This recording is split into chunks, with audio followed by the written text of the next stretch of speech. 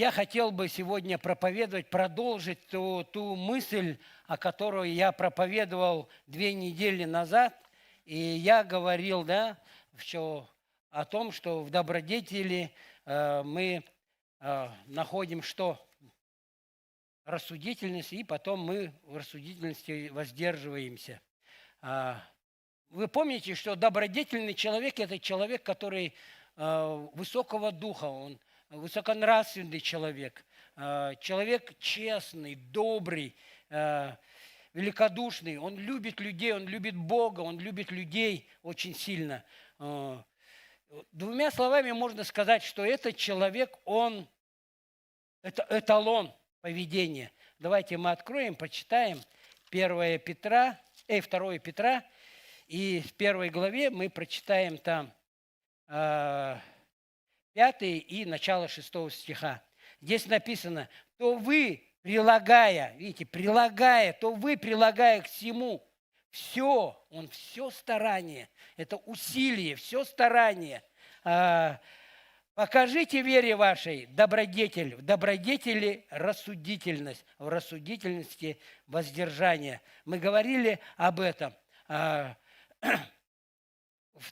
той проповеди, да, когда 2 недели назад мы проходили об этом.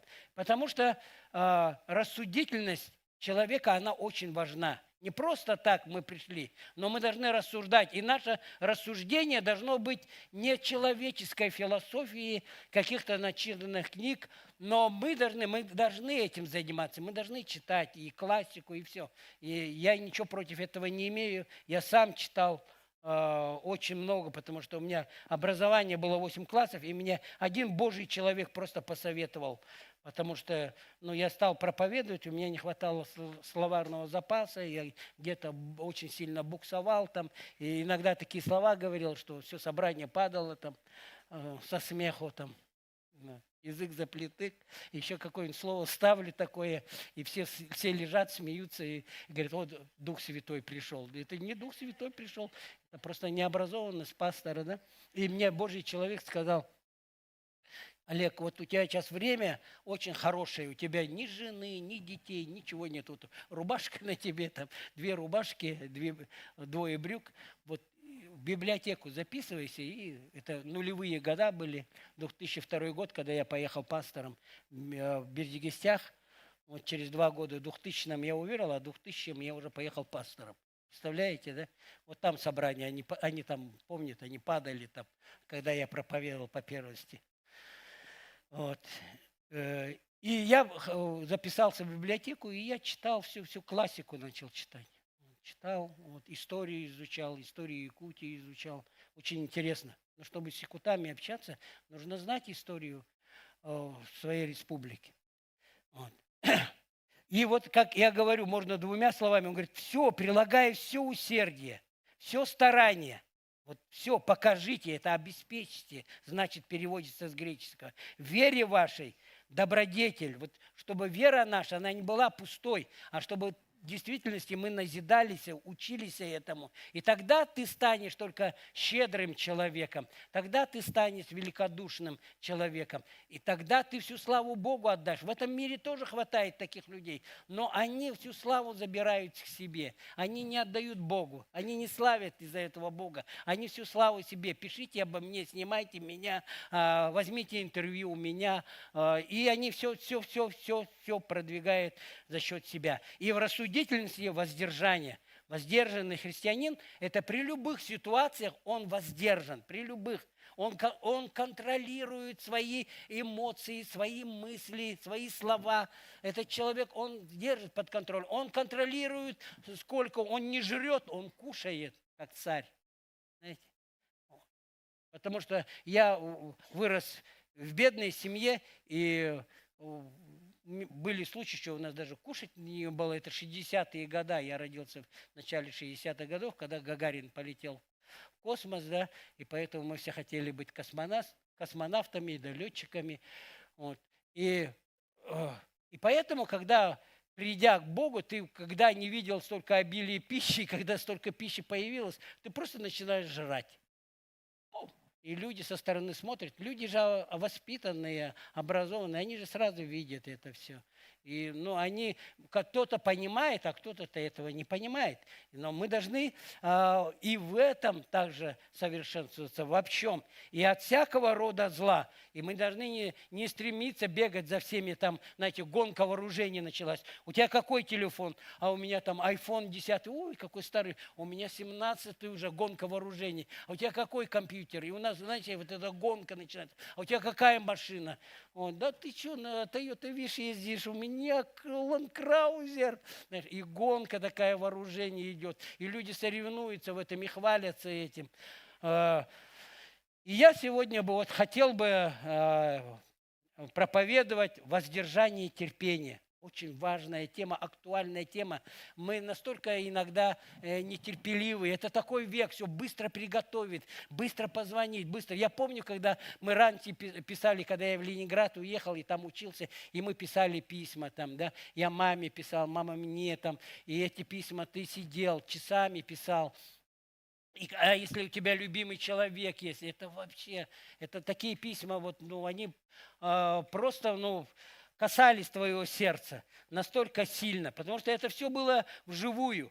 Знаете, где нету терпения, там хаос и разруха. Поверьте мне. Потому что люди спешат, и они быстро-быстро все, давай быстро поженимся, а потом быстро разведемся, а потом быстро давай все делить, а потом быстро давайте друг другу синяки наставим. Все быстро, все очень быстро делается. Знаете, и все хотят, ни у кого нет терпения, никто не может терпеть друг друга. Мы должны уметь прежде всего в семье этому учиться, с Богом, у Бога. И это проблема, очень огромная проблема, к сожалению, в нашем обществе, что люди нетерпеливы, люди хотят все сразу, давайте все сразу. А говорит, огласите список, говорит, все сразу огласите. Есть список, который я должен получить сегодня и навсегда. Давайте мы прочитаем очень хорошее местописание, притчи 16 глава, притчи 16 глава, и там прочитаем 32 стих. 16 глава, 32 стих. Здесь написано: долготерпеливый лучше храброго. Слышите? Долготерпеливый лучше храброго, и владеющий собой лучше завоевателя города. Храбрость, смелость – это хорошие качества, но они не нужны всегда в твоей повседневной жизни. Вот терпение, оно нужно постоянно, постоянно в жизни. Куда бы ты ни пошел, это терпение нужно в семье прежде всего. Своим детям, которые бывают непослушны. Вот. Жена иногда, она может, знаете, кепку на бок повернуть и сказать: ты что хочешь сказать мне? Тебе нужно терпение, тебе нужно любить и уважать, соблюдать эти границы, личные границы, также в семье. Вот. И относиться с уважением, правильно реагировать на это. Вот. Но почему Бог ценит больше долготерпеливого? Почему? Потому что, я вам, как и сказал, храбрость и смелость не нужны на каждый день, а только время от времени. А терпение нужно каждый день. Вот. Терпение в нашей жизни, или оно приносит райские отношения со твоими родными и близкими, или адские отношения. Знаете, говорит, я не могу жить с ним, я не могу терпеть его, я не могу и терпеть ее, я не могу терпеть уже своих подростковых детей. Знаете, сколько много людей говорят об этом. Я не могу смотреть на него, как он ведет себя. У меня нет терпения. Знаете, и мы должны учиться этому. Там разруха, просто хаос, адские отношения.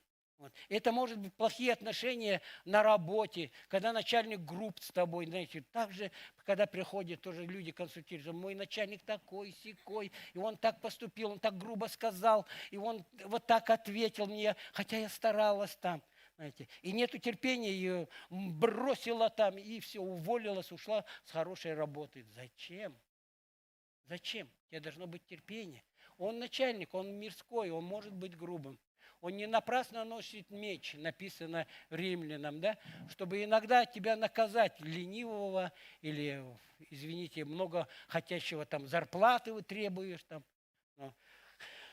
Мы должны проходить какие-то, или это может быть в семье, как я говорил, потому что наша плоть, она еще остается на земле. И мы иногда бываем такие ядовитые, значит, наш язык, наши мысли, наши какие-то действия, они настолько ядовитые, настолько хотим иногда ущипнуть кого-то. И это начинается в семье. Знаете, если это в семье есть, то нужно решать прежде всего там.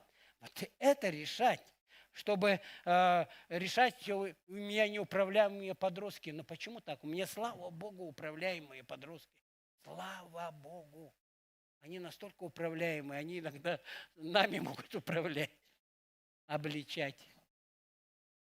Потому что они в Слове Божьем, они, знаете, вот с детства мы всегда собирались иногда по воскресеньям, и они с детства мы ставили кафедру, и они проповедовали. Я давал тему ищите. И они проповедовали, за кафедру становились. Гим-бим, гум-бин, куня-маня. Ну, так классно, знаете, так классно. Это слышать их щебетание, когда они с самого начала. И тогда они начинают так жить, когда они пребывают в этом слове. Вот. И как мы это получаем терпение? Как терпение это к нам приходит? Только однозначно через испытания, через какие-то проблемы, через какие-то скорби, через какие-то трудные ситуации, когда на нас все давит, когда кажется жить неохота. Вот через эти испытания мы должны научиться. Иакова откроем, Иакова 1 главу. Иакова 1 глава.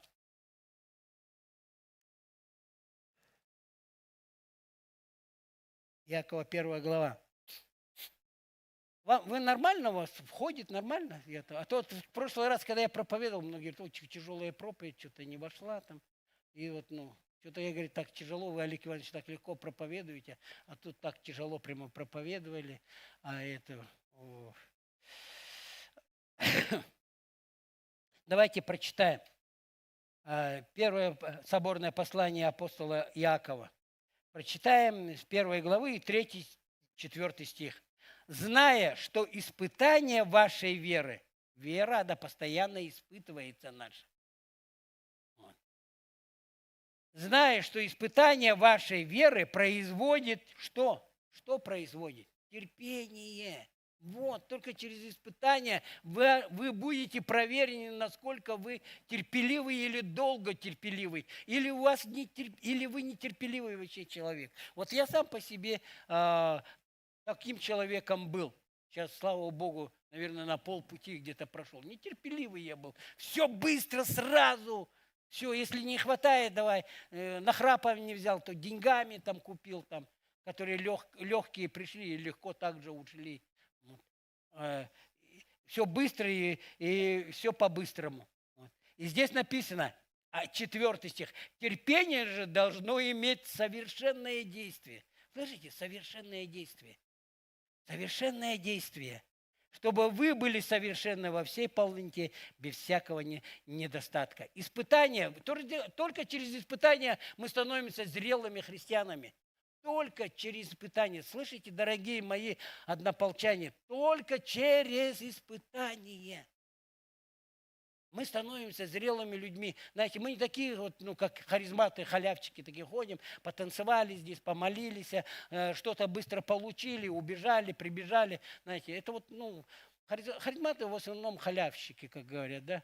Они все время хотят по благодати, дай мне. И все на таком же уровне остаются. Но мы не должны оставаться, мы должны расти духовно, чтобы наша церковь, она физически растет, и мы тогда, слава Богу, духовно растем. У нас библейские курсы, сейчас альфа-курсы будут. Вот.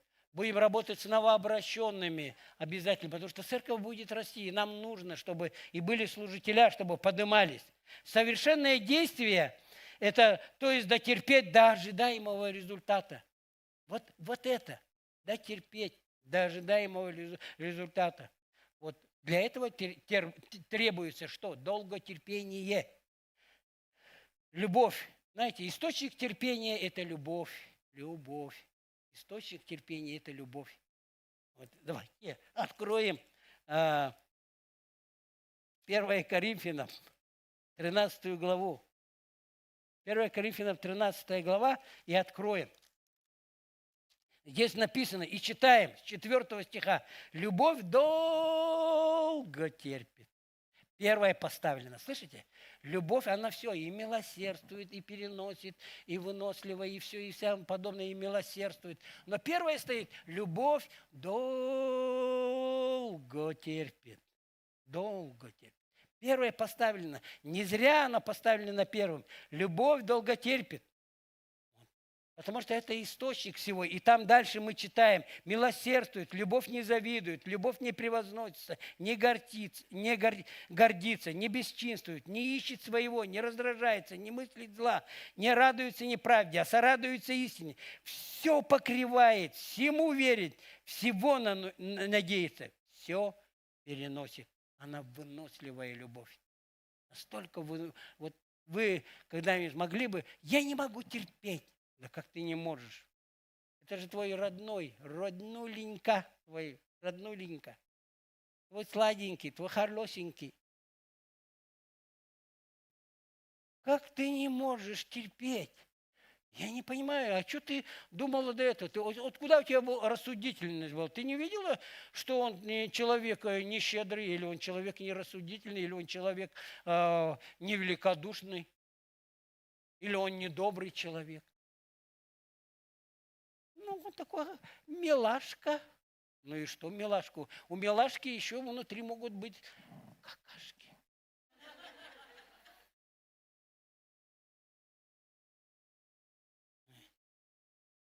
Вот Таня, когда она меня полюбила, да, мы когда с ней, я вначале ее полюбил, а потом она меня, когда мы с ней общались, она меня полюбила. И когда люди начали говорить: ты бойся, он опасный, он же бывший такой криминал, там, крутой там был. И люди начали говорить: бойся. И я пришел и сказал: Татьяна, может, ты подумаешь, я еще тот перец. Она мне через день выдает, приходит и говорит: а ты сладкий перец. Она же внутри увидела меня, какой я внутри, не внешне. Знаете, вот внешне, говорит, когда приходит там на консультацию: от какого ты хочешь мужчину? И там вот такой список, и там высокий, красивый, плечи широкие, там бицепсы, там умный, денег много, там вагон на джипе, чтобы дача, и все, и подобное, пароходы, заводы, и там, и... Сразу за генерала хотите, за солдата выйти, надо выйти, за рядового и генералом его сделать. Подтолкнуть. Писание говорит об этом.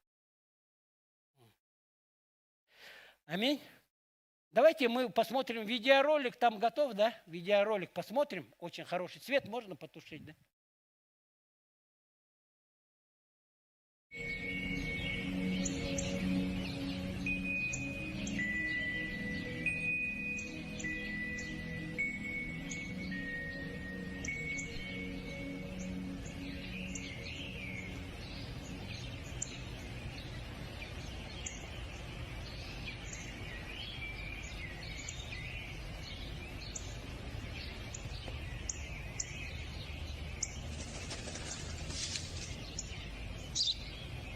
Что это? Воробей.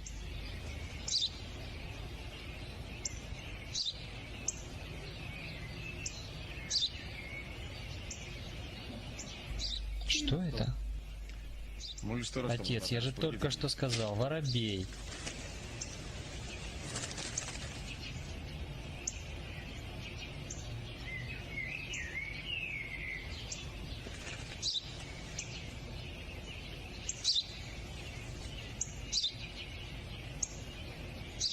Что это? Это воробей, отец, воробей. Воробей.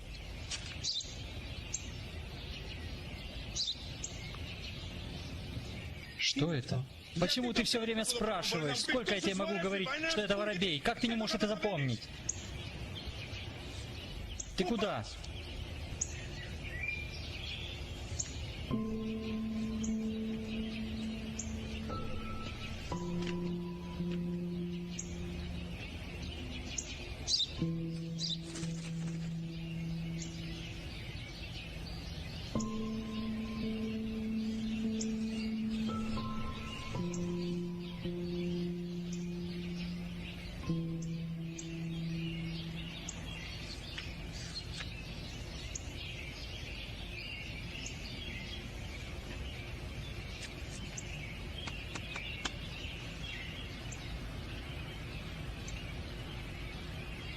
Громко.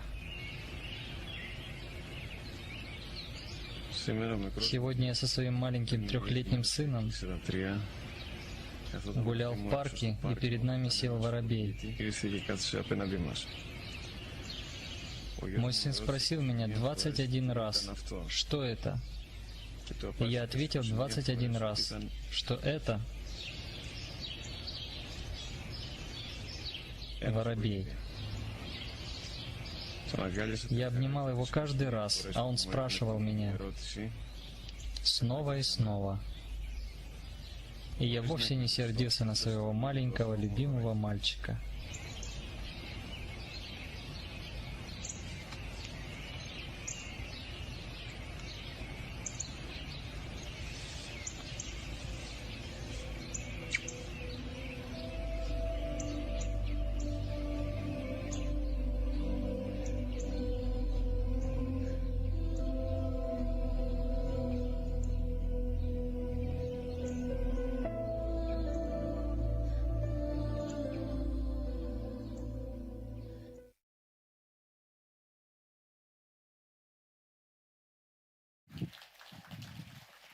Слава Богу. Знаете, я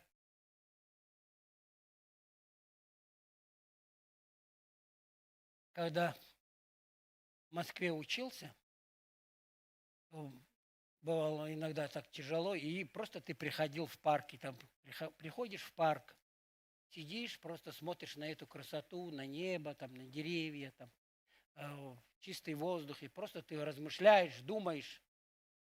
Я как-то раз видел, женщина, она сидела, вязала, молодая женщина, за 30 лет, наверное, вязала, и катала ногой коляску, она вязала.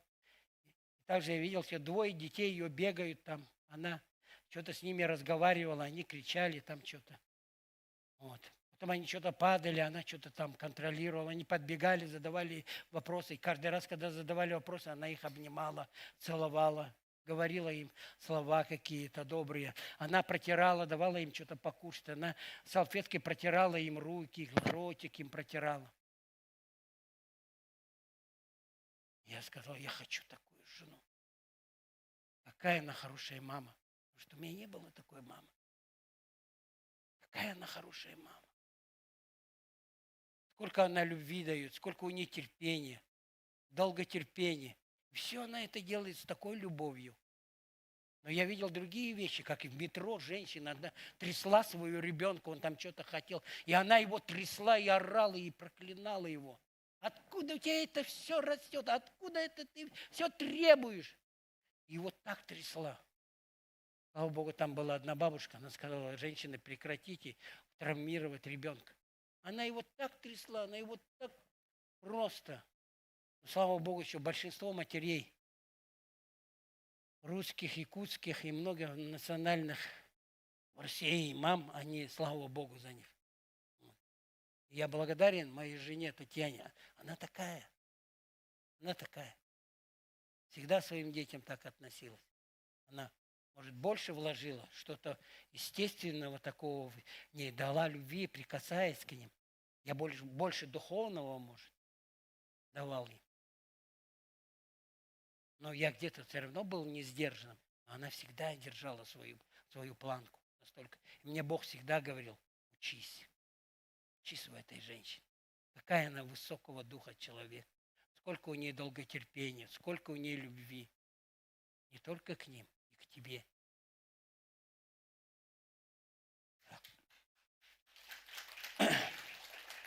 Долготерпение – это плод Духа Святого. Давайте откроем Галатам 5 главу и прочитаем Галатам 5 глава и прочитаем про эти плоды.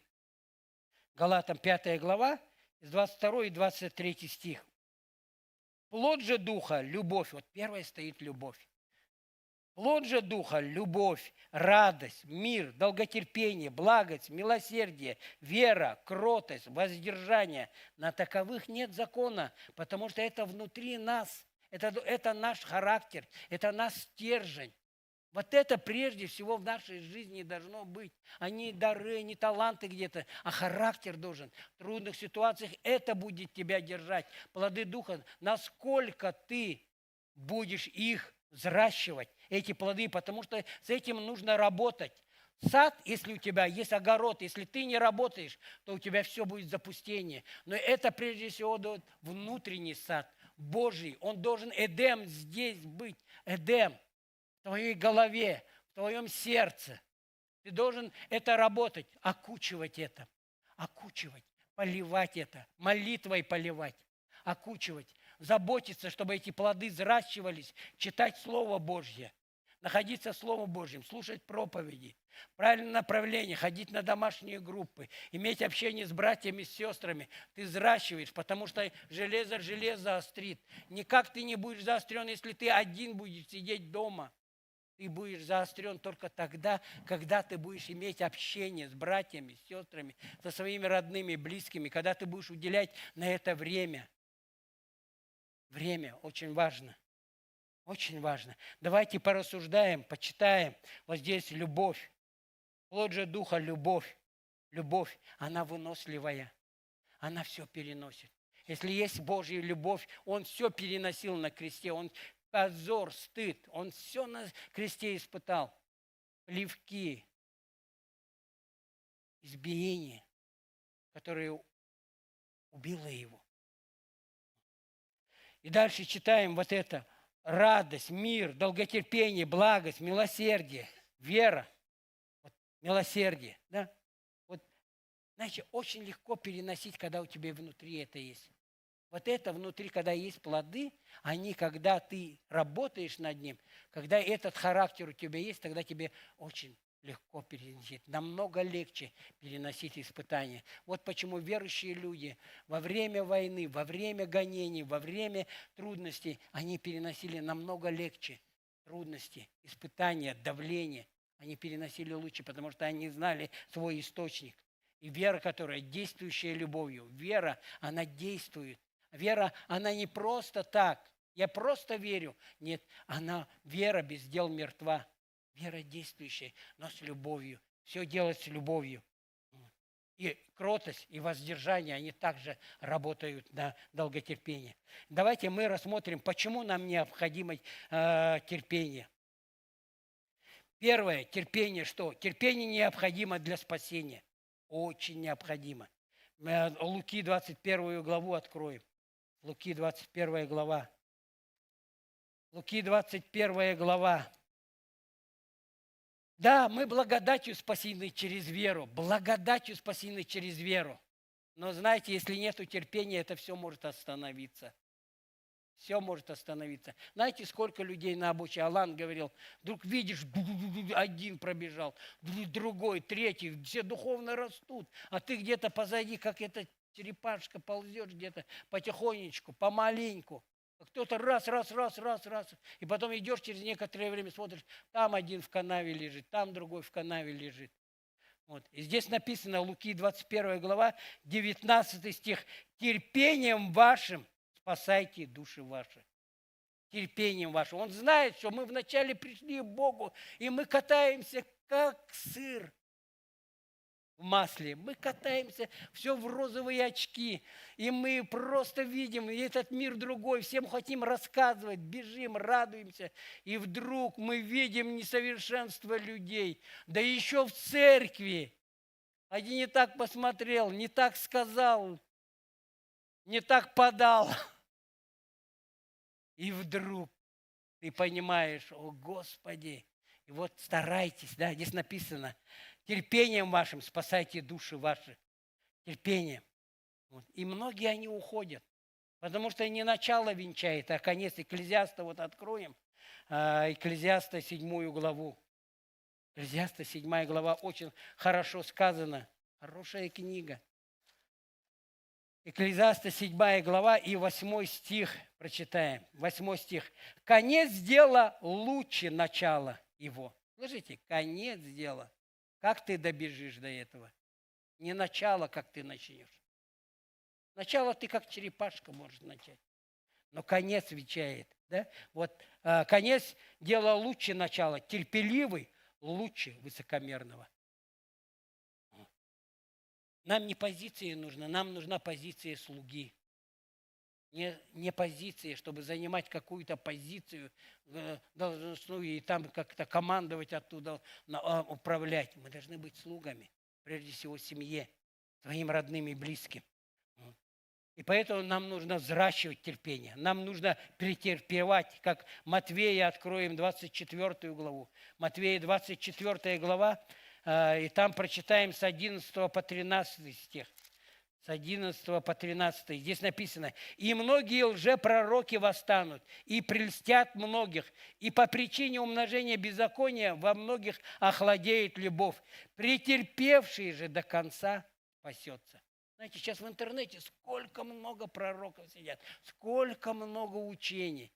Вот благодатью вы спасены, и ничего делать не надо, все, лежите на диване, все, вы все равно спасены. Пейте, бухайте, гуляйте, вот, ну, хоть чем занимаетесь. Вы спасены, все. Знаете, и люди учат вот этой, через эту благодать.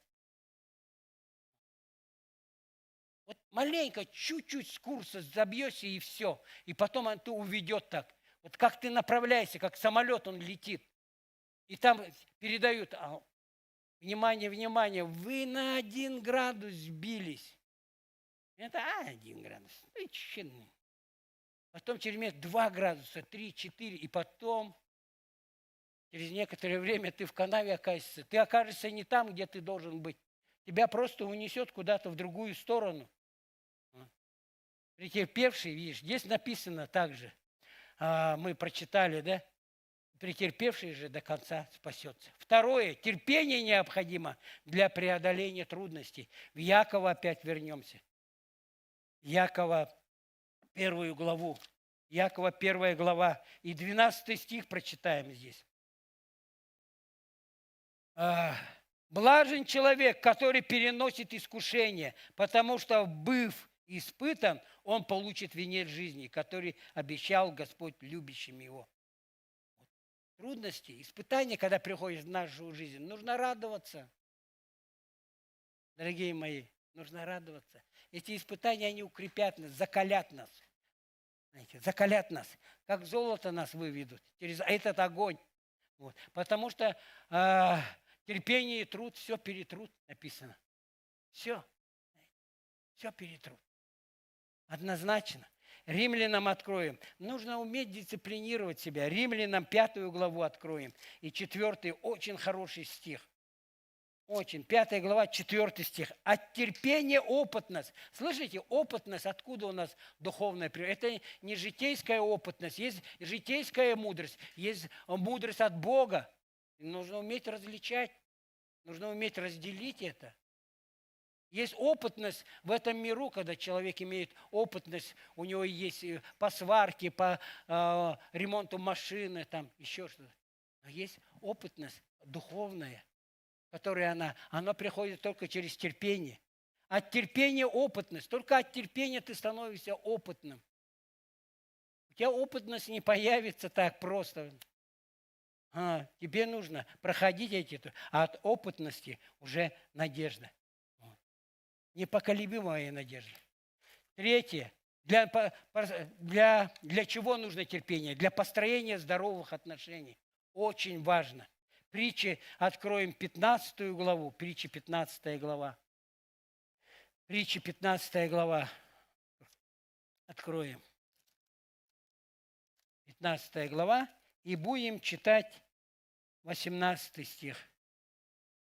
Здесь написано: вспыльчивый человек возбуждает раздор, а терпеливый утешает распри. Всегда. Вот я в миру был, я вспыльчивый человек. Там, где, говорили, этот бешеный Олег, там постоянно одни разборки. Потому что я вспыльчивый. Чуть не так, и все, меня понесло. Как говорит, Остапа понесло. С таким человеком никто не хочет водиться. Никто не хочет общаться. Поэтому и не было у меня ни друзей, ничего не было. Кто хотел с таким общаться? Никто не хочет. А сейчас хотят.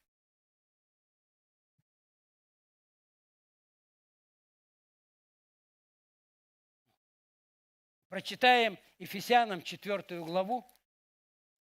Ефесянам 4 глава.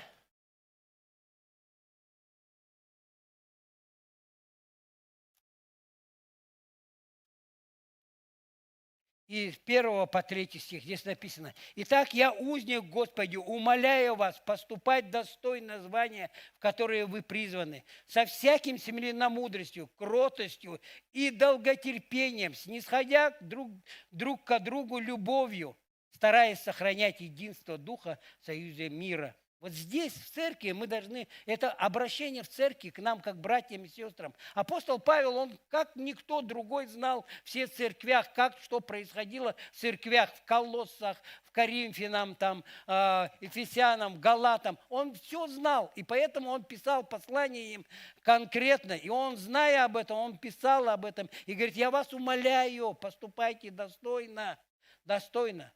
Вот. Терпеливым человеком — это значит неудобным человеком быть, да? Быть удобным. Нет. Вот мы так думаем: ну, я терпеливый и удобный, буду подстраиваться. Нельзя подстраиваться под манипуляции человека. Вы поймите, это другая крайность.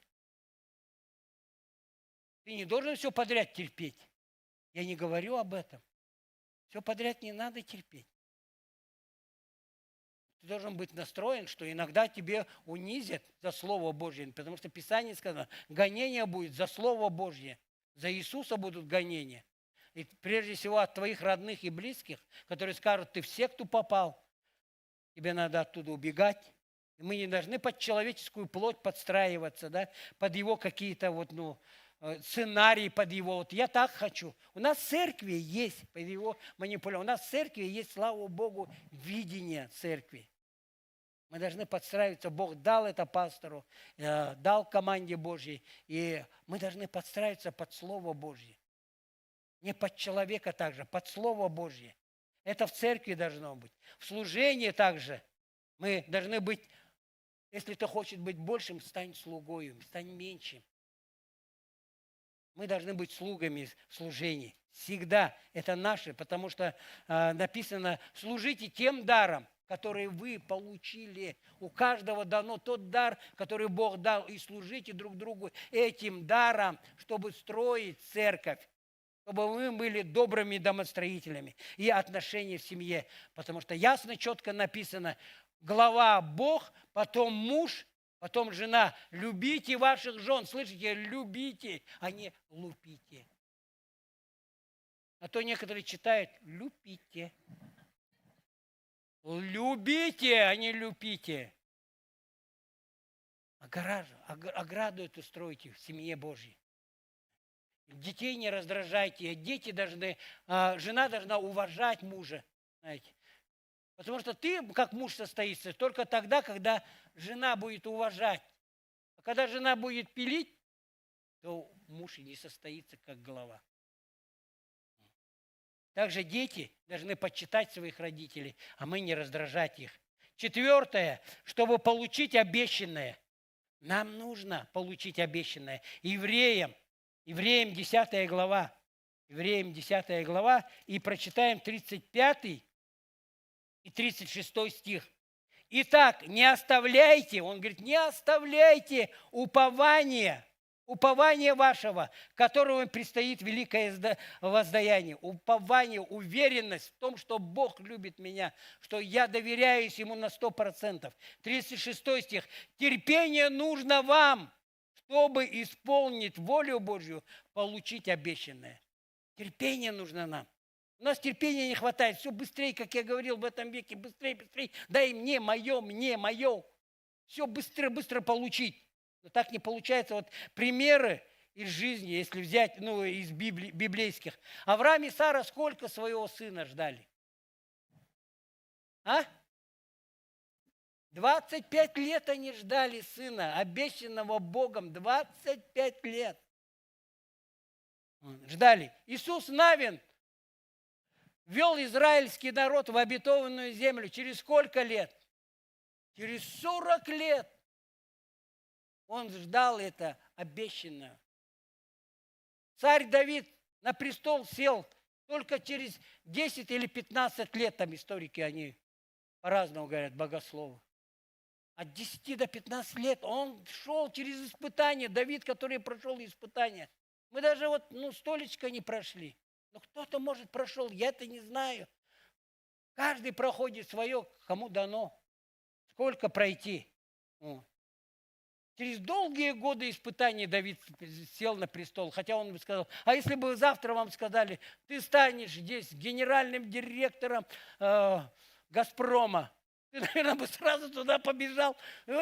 И мне Бог сказал, что я здесь должен быть генеральным директором. Но тебе пинка там дадут, руки закрутят. Если будешь кричать, еще на Котенко отвезут. И заканчиваем 5. Через наше терпение прославляется Бог. 5. Через наше терпение прославляется Бог. Иоанна, откроем 15 главу от Иоанна. Заканчиваем. То уже уморил, наверное, вас. 15 глава, 8 стих.